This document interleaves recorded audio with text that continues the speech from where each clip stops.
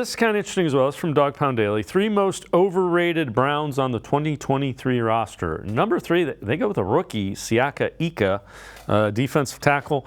Number 2, guard Wyatt Teller, who is generally regarded as one of the top guards in the NFL. And number 1, they go with cornerback Greg Newsome. Great rookie year, not as good a season ago, but when you look at that, I think there are reasons that you have those guys on the list. Greg Newsome playing out of position. He's not a slot corner. He played there and was okay. Teller, injured calf. That's a terrible injury for a guard to be playing with.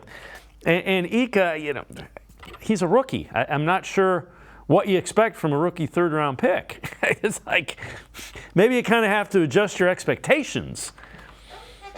Yeah, I mean, he's a rookie drafted at the end of the 3rd round with a compensatory pick there. I mean, it's kind of hard for me to call that overrated because, I mean, he hasn't played a single second in the NFL. He's not going to get to until September 10th when the season opens against the Bengals. He's not going to get to play in the NFL until then. So I can't really call him overrated by any stretch of the imagination. Maybe he felt like, not the defensive tackle I would have necessarily taken in that position, but I can understand the reason the Browns took him. It's to fill that specific role as kind of a bigger run-stuffing defensive tackle. When I look at Wyatt Teller, obviously, playing on the other end of the offensive line, like Joel Bitonio is one of the better guards in all of football.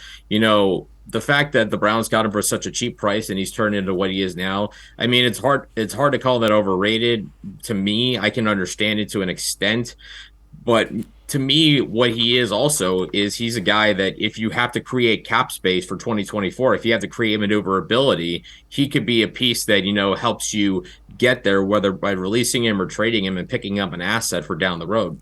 And Greg Newsome, yeah, I have a hard time. Like I can understand the reasoning for it just because it wasn't great in 2022. Obviously he's not a slot guy. And another thing, why some people might consider him overrated. He's a first-round pick who hasn't had an interception in 2 seasons. There's reasons that go into that. We talked about it earlier is, the defensive line in front of him not getting enough pass rush to create take more interceptable passes in a sense. And if you don't have a lot of those interceptable passes, you're relying on your corners to make unbelievable plays to pick those off. And Greg Newsome really hasn't had those. But I think, with Jim Schwartz as the defensive coordinator, with understanding how a guy like Greg Newsome wants to play and where he's most successful, I think is a good thing to have. And I think maybe we'll start to see more of the benefits of that, starting this fall.